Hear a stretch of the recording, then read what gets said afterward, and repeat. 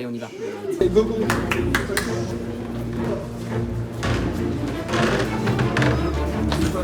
On a vu avec. Non, On ne passe pas. On ne passe pas. S'il vous plaît. Et 1, et 2, et 3 degrés pour Patrick Pouyanné. Et 1, et 2, et 3 degrés. Alors bonjour à toutes et à tous. Je vois que le Climate Day d'HEC a bien commencé et je sens que vous êtes de plus en plus chaud pour vous engager en faveur de l'environnement. Mais on ne va pas s'arrêter là, puisqu'on arrive au point culminant de cette journée. Le tant attendu festival du greenwashing de Jouy. Ouais.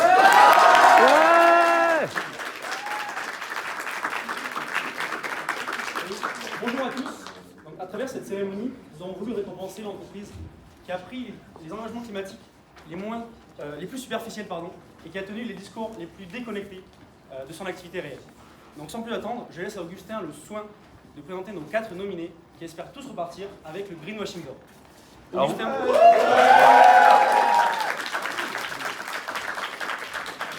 peux-tu nous présenter le premier nominé?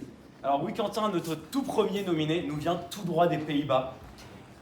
Il a des activités aux 4 coins du monde et c'est une major pétrolière. Je parle bien entendu de Shell.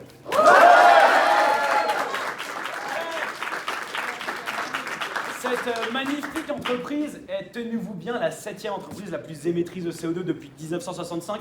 Et elle émet chaque année la bagatelle de 49 millions de dollars pour du lobbying, pour lutter contre les mesures qui pourraient aller à l'encontre du réchauffement climatique.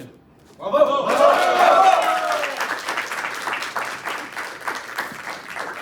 Et oui, c'est un remarquable CV que Augustin nous présente là, par rapport à Shell. Et qu'en est-il du deuxième candidat qui, je crois, est un redoutable candidat? Oh que oui, c'est un mastodonte des scandales climatiques. Évidemment, vous l'avez deviné, Total Energy.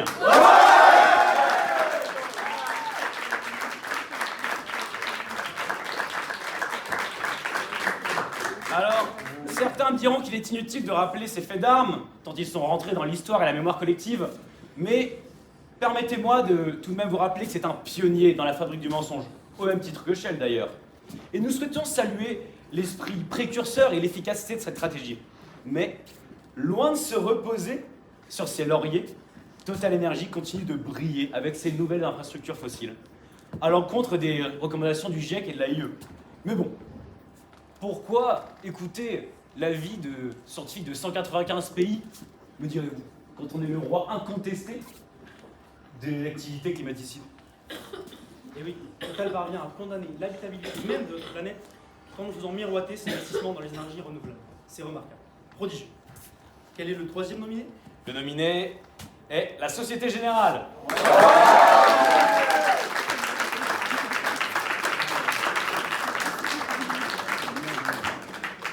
Et oui, sans elle et ses financements qu'elle octroie aux entreprises déjà citées, leurs activités seraient impossibles. Elle est en fait un petit peu la garante du greenwashing. Et d'ailleurs, c'est grâce à elle que nous sommes réunis ce matin tous ensemble. Et oui, on les remercie pour leur générosité sans faille depuis de nombreuses années. Merci. Et enfin, quel est le dernier nominé? Et le dernier nominé, vous l'attendiez, ce n'est autre que notre hôte du jour, HEC Paris.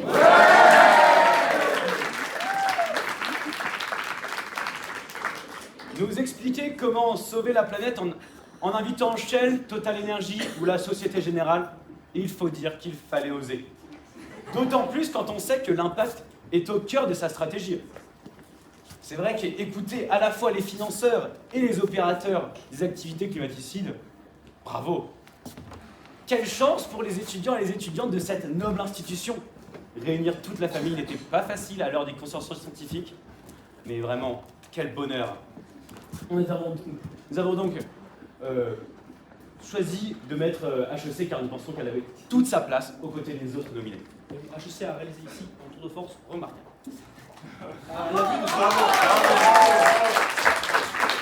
Et maintenant qu'Augustin nous avait écrit ces 4 nominés, je vous dis qu'il a dû être très dur pour le jury de les départager. Et oui, mon cher Quentin, cher public, cher nominé, vous devez brûler d'impatience de savoir qui est ce premier gagnant du greenwashing d'or. Alors passons sans plus attendre aux résultats. Une huissière nous apporte le résultat.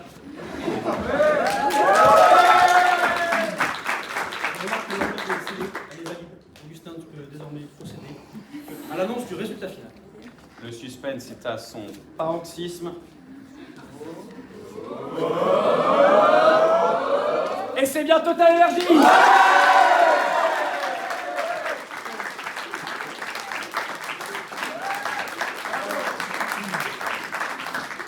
Bravo à Total pour l'ensemble de son œuvre et merci beaucoup à toutes et à tous d'avoir suivi cette première édition du grand festival de greenwashing de Juillet.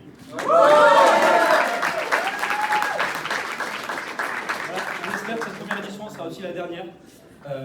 Aude, as-tu quelque chose à ajouter? Alors, pour clore cette cérémonie, nous avions quelques messages rapides à vous adresser en tant qu'étudiants d'HEC, que jeunes et que citoyens. Tout d'abord à notre école, HEC.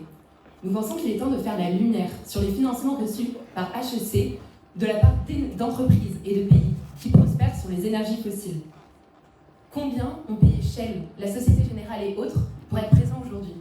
Combien se vendent les Climate Days à HEC? Ces liens sont aussi à questionner sur le long terme. Comment peut-on réfléchir sérieusement à une stratégie de sortie des énergies fossiles lorsque Total finance pour partie notre cursus? Il n'y a pas d'audace et d'esprit libre sans indépendance. Alors, vous prétendez nous ouvrir le champ des possibles, quand en réalité, à chaque événement, vous le réduisez à un même échantillon d'entreprises, de métiers, d'activités qui s'éloignent toujours plus de ce dont notre société aura besoin demain. Un autre message pour celles et ceux qui sont venus avant nous, nos alumni.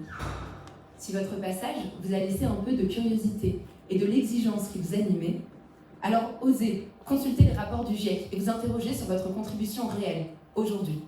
À tout niveau, il est de votre ressort d'agir. À celles et ceux qui occupent des postes de décideurs, il est urgent d'être ambitieux pour la planète. Il est urgent de défendre le bien commun face à des projets destructeurs, comme le projet ICOP.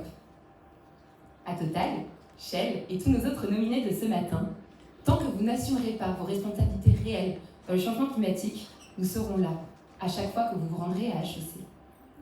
D'autres étudiants se mobiliseront aussi sur tous les autres campus où vous viendrez vous prétendre verts. Enfin, aux étudiantes et étudiants, face à l'hypocrisie et à la faiblesse des enseignements que vous recevez sur l'environnement aujourd'hui, osez demander plus. Osez questionner le futur rouage qu'on veut que vous soyez. Car nous méritons tellement mieux que de travailler pour ceux qui travaillent à compromettre notre futur. Bravo!